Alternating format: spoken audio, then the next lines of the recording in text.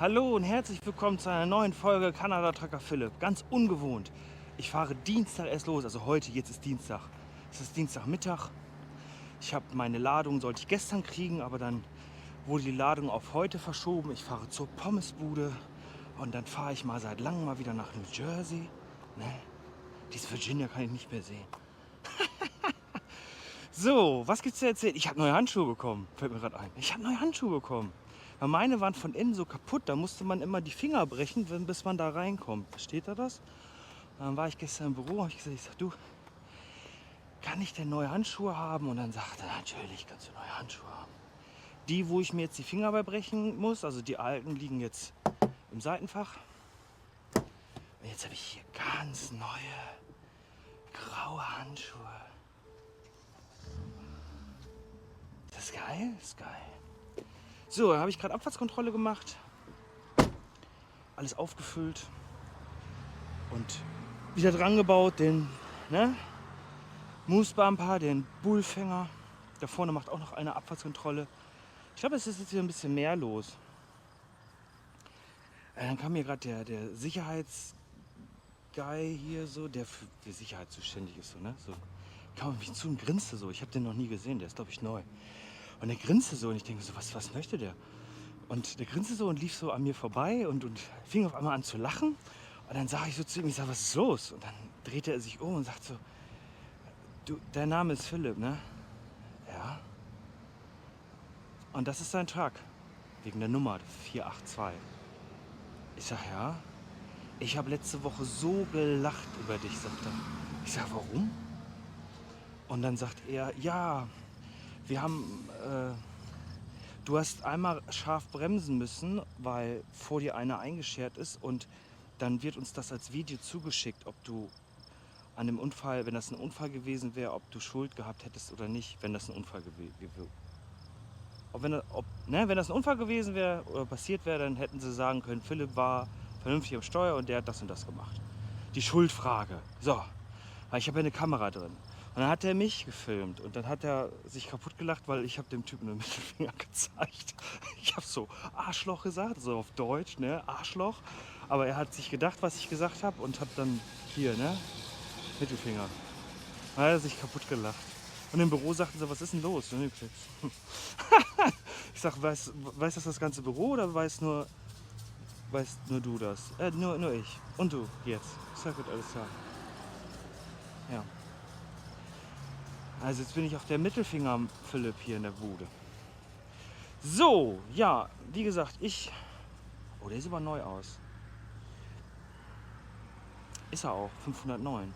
Aber der hat auch dreckige Felgen. Aber ich habe noch dreckigere Felgen. So, ich habe eben hier drauf, das ist ja schön eingeschmiert schon wieder, ne? Das kann ich euch noch zeigen. Und zwar, ich weiß gar nicht, ob ich das schon mal erzählt habe. Ich habe also vor ein paar Wochen von einem Mechaniker was bekommen. Und zwar ist das hier so ein Spray, Fifth Wheel Grease, also Sattelplattenfett. Und da habe ich jetzt eben gerade die Sattelplatte mit eingesprüht. Kann ich ja zeigen, obwohl der Wind kommt von der falschen Seite. Ja.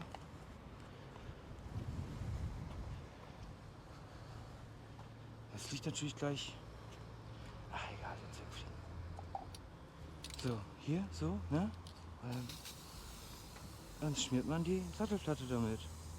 Und macht den Rost weg, so, ne? Super, oder? Ich finde das super. Jetzt kann ich wieder ganz vernünftig fahren.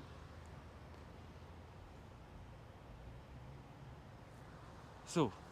So, ich mache mich jetzt mit der Zugmaschine. Ich muss keinen Trailer mitnehmen. Ich nehme nur die Zugmaschine mit. Ich fahre nur mit der Zugmaschine jetzt zum Kunden und nehme da den Trailer auf. Ich wünsche euch viel Spaß beim Zuschauen. Talk, teilen, abonnieren, liken, kommentieren.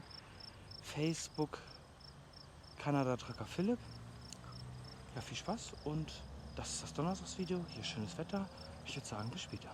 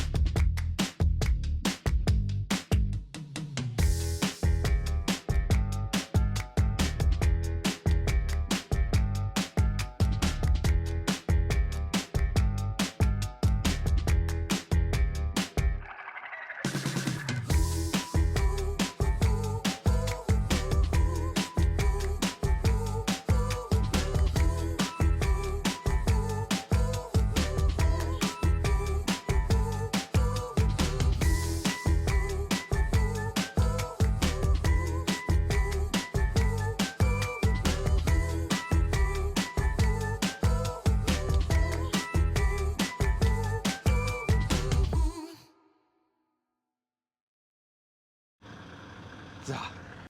Der zeigt immer was anderes jetzt an im Display, deshalb warte ich dann immer. Did you saw your car?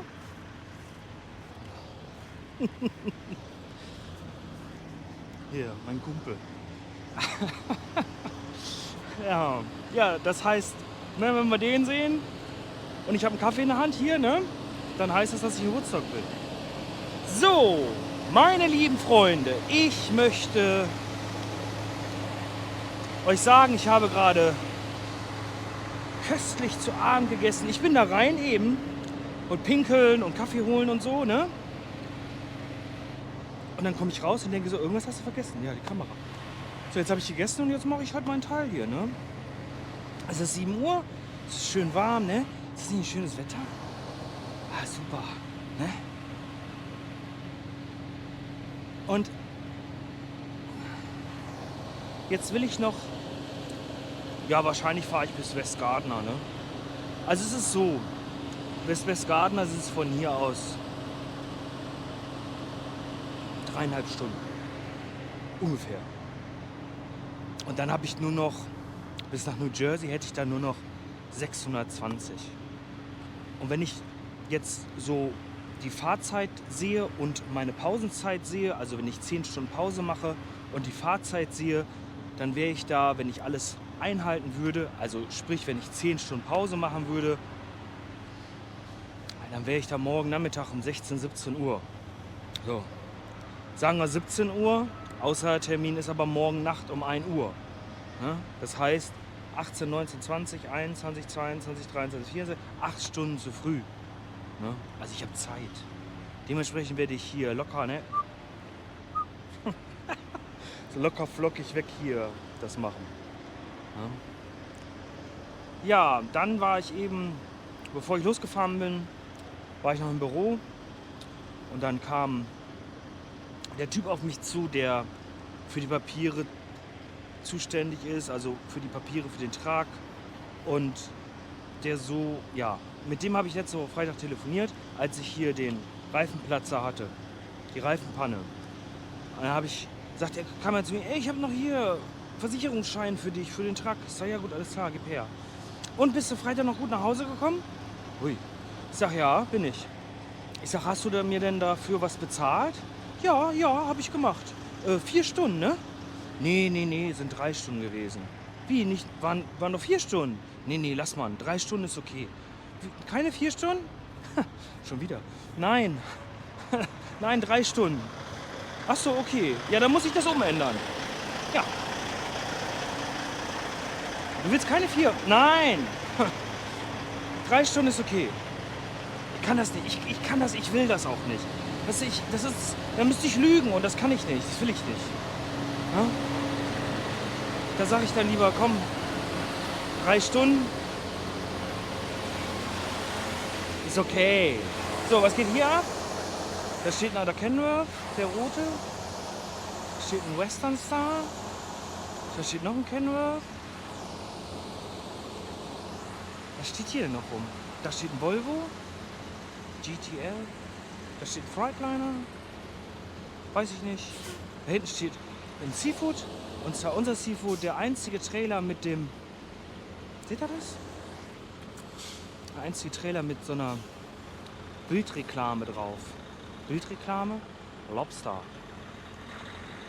Habe ich noch nicht gezogen. Also scheißegal, ne? Läuft, glaube ich, genauso. So, ja, ich mache jetzt hier, ne? Noch 5 Minuten Pause und dann geht's aber weiter hier.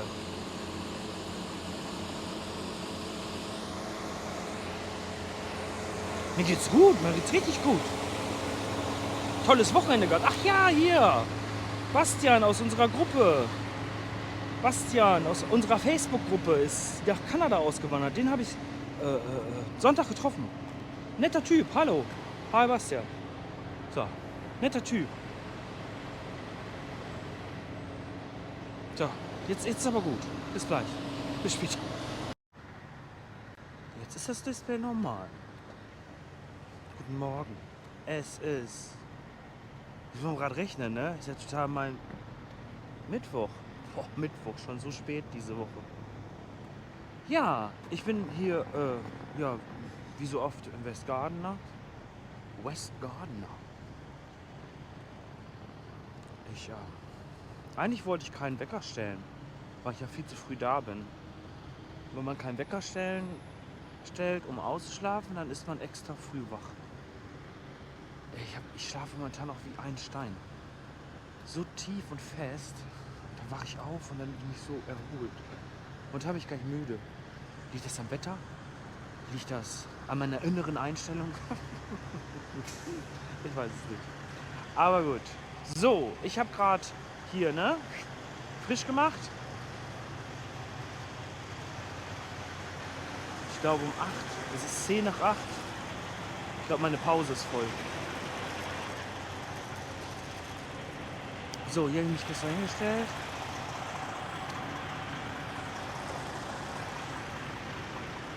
Es ist so ein schwüles Wetter. Und kennt ihr das an diesen Truckstops, wenn jedes Schwein irgendwo hinpisst, dann riecht das nach Pisse. Hier riecht es überall nach Pisse heute. Ich finde es so eklig.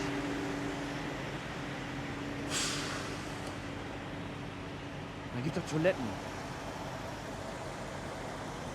Ah, hier steht auch noch einer von uns. Was ist das denn? Torf? Dietmos? Braucht einer noch so ein... Ist das so noch erlaubt in Deutschland? Ho, ho, ho, ho. Nein. Ich finde es traurig, dass sowas wegstirbt. Aber gut, das Lauf der Dinge. So, ja, irgendwie habe ich gar nicht richtig was zu verkaufen. Also ich habe jetzt noch 603 Kilometer vor mir.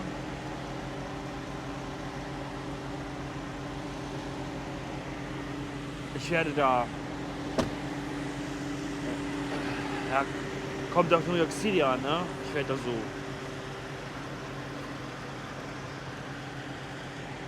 so gegen 3 ankommen da. Also immer noch viel zu früh. 11 Stunden zu früh. 11 Stunden? Oder 10 Stunden? Ach so, ja. Dann werde ich da mal reinmarschieren dann da ins Büro.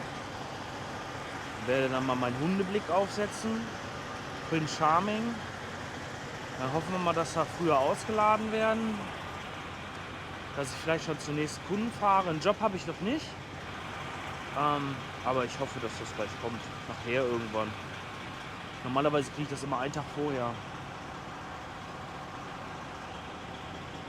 Gucken wir mal.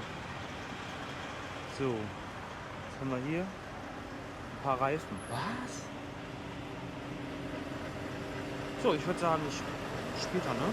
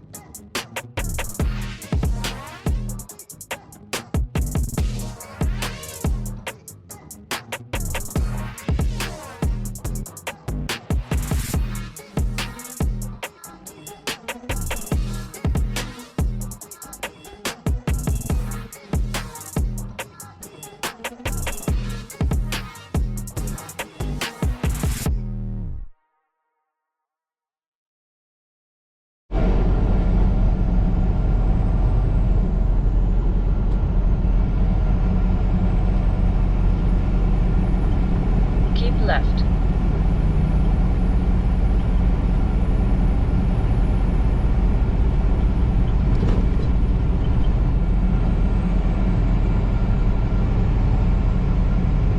After 800 meters, keep left, then take the highway.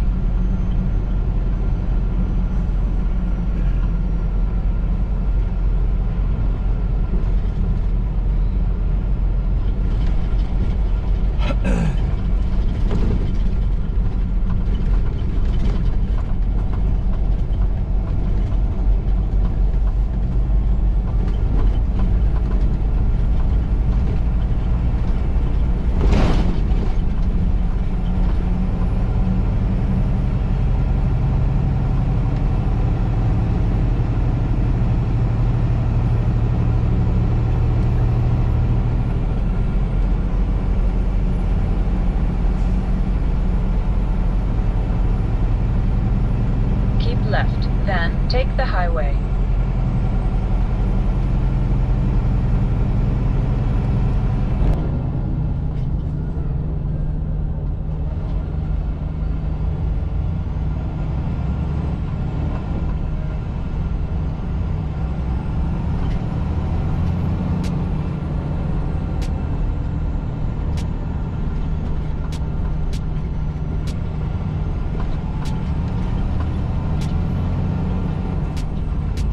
Right, then turn right.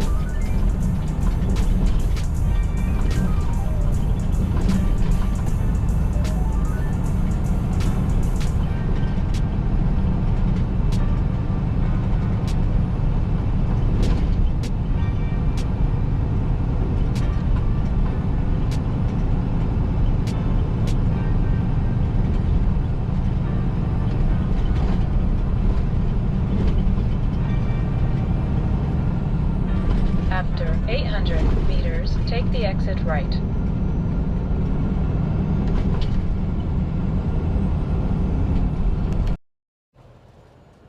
So, guten Morgen. Es ist 6:30. Es ist 6:30 und es ist Donnerstagmorgen. Donnerstag? Das ist schon Donnerstag. Ich habe gestern noch angeliefert. Also ich hatte ja den Termin um 1 Uhr. Dann war ich ja da um 16 Uhr. Ah ja, habe ich gar nicht gefilmt, ne? Ich war um 16 Uhr da. Dann bin ich ins Büro rein. Und dann sagte dann der Typ da so, ja, das ist um 1 Uhr. Und ich tue dann immer so ein bisschen doof. Ich sag, was, wirklich? Ja, tut mir leid, sagt er so. Ich sag, ja, ist ja nicht so schlimm. Und dann sagt er so, ja, komm, 10 Uhr fängt die Nachtschicht an, komm mal heute Abend um 10 Uhr wieder. Ja gut, alles klar. Ja. Und war ich da um 10 Uhr? Dann saß der gleiche Typ immer noch da. Und er erkannte mich auch wieder und sagt dann so, ey, hier, fahr mal eine Rampe, jetzt. Ja, okay. Ja, dann war ich um 10:30 war ich dann ausgeladen. Und dann bin ich dann schlafen gegangen. Jetzt fahre ich in den Hafen. Also ich habe jetzt noch 130 Kilometer. Und da hole ich Bananen für Toronto. Und das Gute ist, ich hatte den Termin morgen um 2, was natürlich auf dem Freitag doof ist, aber ich kenne den Kunden. Und das ist so, ich werde also heute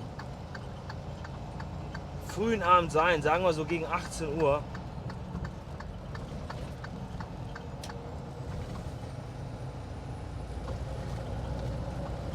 Und die machen um 6 Uhr morgen früh auf. Und da arbeitet so ein Typ, der ist total super. Der klopft dann morgens so um 6 Uhr so ganz weich, so duff, duff, duff. Da muss man aber für aufstehen, sonst kriegt man das nicht mit. Also man muss vorher wach sein. Ja, wie gesagt, der klopft dann morgens um 6 und um 7 ist man leer. Um 7 ist man ausgeladen. Total super. Und dann, wenn ich dann mal eine Rückladung kriegen könnte sofort morgens, dann könnte ich Samstagmittags zu Hause sein. Und dann ist langes Wochenende, weil es ist ein ganz wichtiger Feiertag in Kanada, Labor Day. So. Ja, ich möchte noch so ein bisschen noch was zu Fragen eingehen. Ich möchte gerne die Fragen von Michael, dem alten Disponenten, möchte ich gerne drauf eingehen. Und zwar, der hat gefragt, wie das mit den Papieren aussieht für die Grenze zum Crossen. Exportpapiere, Importpapiere. Ja, ist doch egal. Auf jeden Fall, da habe ich mir lange Gedanken drum gemacht, was ich da mache. Ich könnte euch jetzt die Papiere zeigen. Das möchte ich aber nicht so gerne tun, weil ich nicht weiß, wie meine Firma darauf reagiert und ich habe keinen Bock auf Ärger da irgendwie. Aber ich erkläre einfach so, wie der Grundsatz oder wie es eigentlich überall läuft. So, also mit einem Mix, wie das bei mir läuft. So, wenn ich aus dem Wochenende wieder komme, dann fahre ich zur Firma und habe meinen Trip vorher per E-Mail bekommen und dann gehe ich dann bei uns in eine Firma rein, ins Büro und dann gibt mir einen trockenen Mund.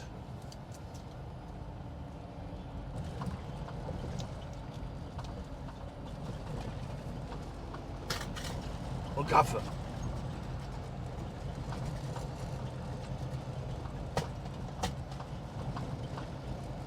Ja, ich gehe dann bei uns in eine Firma rein,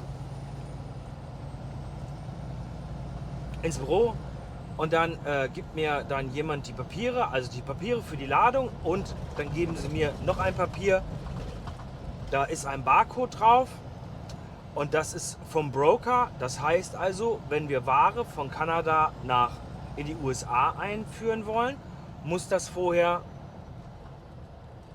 vom Broker freigegeben werden. Das heißt, wir müssen zum Broker hinschicken, die Papiere, die Papiere weiß ich gar nicht. Wir müssen das, also ich habe das mal vom Dispatcher mitbekommen, da muss angegeben werden, was da eingeführt wird, wie viel, dann die Trailer Number, was für Trailer, welcher Truck, dann den Namen des Fahrers, sogar die Staatsangehörigkeit des Fahrers. Das habe ich letztens mitbekommen, das hat mich total gewundert und zwar bin ich ins Büro rein und dann wollte der Disponent das noch umändern, weil das war die Sache mit, entweder ich fahre nach Virginia oder nach Pennsylvania, vor 2-3 Wochen. Und dann hat er damals gefragt, welche Staatsangehörigkeit ich bin und ich gucke so, ich sage, warum willst du das wissen? Ja, weil ich das hier eingeben muss. Ich sage, ich bin Deutsch. Deutsch? Ja, Entschuldigung, Deutsch. Ja gut, alles klar. So, also der gibt das dann alles ein und dann gibt der Broker die Information an die Grenze weiter und ich fahre dann zur Grenze, gebe denen halt meinen Reisepass und dieses Formular, also direkt hier vom Fenster aus, am Schalter da. Ich wollte gerade sagen am Pförtner, aber das ist, glaube ich, falsch. Pförtner ist das nicht. Das ist ein Grenzbeamter. So. Und das gebe ich dem dann fragt er mich ein paar Fragen. Hier, bist du alleine? Was hast du dabei? Ne? Was hast du anzugeben? Hast du irgendwie Zigaretten dabei? Alkohol, bla bla. Das, ne? So, dann fragt er mich manchmal nach meinem Geburtsdatum, um zu checken, ob mein Reisepass auch mir gehört. Und ja, dann nimmt er so einen Scanner, scannt das ab und dann lässt er mich dann halt nach Kanada, in die USA reinfahren. So, und dann ist es gut. Wenn ich aus den USA rausfahre, das heißt also, wenn ich in die USA reinfahre, darf ich da anliefern und wenn ich da anliefere, muss ich danach das Land wieder verlassen. Das heißt, entweder ich darf da laden für Kanada, nicht für die USA. Das heißt also, so wie in Deutschland, normalerweise reinfahren als Ausländer, anliefern und wieder rausfahren. Ne? Also entweder leer rausfahren oder geladen rausfahren aus den Staaten. Ganz wichtig. Es gibt ein paar Firmen, die fahren innerhalb von, die brechen dieses Gesetz. Ich würde dieses Gesetz nicht brechen, dass ich innerhalb von den USA anliefere, weil wenn ich erwischt werden würde, würde ich Landesverbot kriegen und meine Firma würde auch einen auf den Arsch kriegen und meine Firma macht das nicht. Ich würde das nicht tun für kein Geld der Welt. Haben wir heute Morgen einen Sprachfehler? Ein bisschen. So, also, wie fahre ich wieder aus den Staaten raus? In der Regel lade ich wieder. Das heißt, ich fahre zum nächsten Kunden, lade da voll, kriege das Paperwork und dann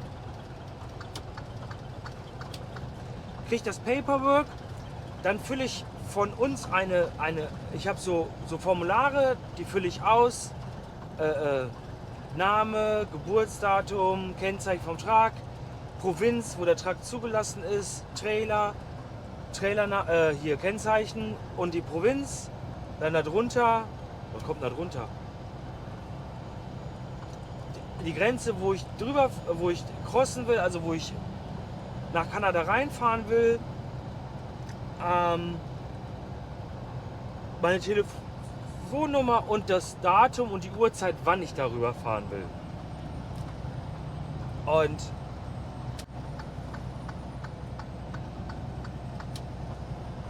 dann habe ich so kleine Sticker, das sind auch Barcodes, die klebe ich da drauf und schicke die per E-Mail, also ich mache dann Fotos davon und schicke die per E-Mail zu meinem Büro. Die schickt das dann zum Broker und ich schicke parallel dazu die Sachen auch zum Broker. Und irgendwann wird die Ladung freigegeben. Das kann ich entweder online beim Broker checken, also ich kann dann online gehen, kann auf seine Internetseite gehen und kann dann das checken, wie weit das ist.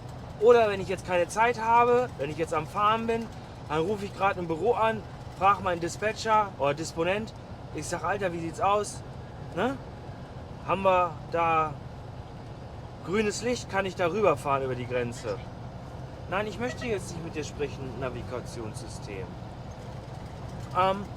Ja, und so ist das dann, wenn ich dann an die Grenze drankomme, dann gebe ich dem wieder das Formular, der scannt das ab, dann kommen wieder die allgemeinen Fragen, ob ich irgendwas anzumelden habe, ob ich Waffen dabei habe und sowas alles. Und dann crosse ich wieder oder passiere die Grenze, fahre nach Kanada hinein und dann ja, wieder anliefern.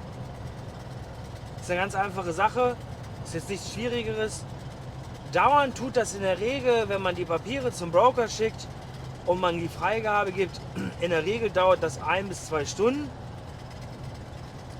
Aber manchmal ist es auch so, dann dauert das länger. Aber ich sag mal so, in 90% der Fällen ist das innerhalb von 1,5 Stunden ne, hier ready to go, ne, hier freigegeben. So, und dann ist es gut. So ist das. So. Maxi? Maxi? Die antwortet. Nee. Maxi? Nee. So, ich würde sagen, ich beende dieses Donnerstagsvideo. Wie gesagt, ich bin spät dran. Es ist Donnerstag, 6:45. Ich werde das gleich hochladen, wenn ich Bananenladen bin. Und dann würde ich sagen, ich wünsche euch viel Spaß beim Video. Talk, teilen, abonnieren, liken, kommentieren. Die Kommentare waren letztens super. Super. Facebook habe ich eine Gruppe, Kanada Trucker Philipp. Und ich würde sagen, ich komme wieder, keine Frage. Und ja, ne, bis bald. Tschüss.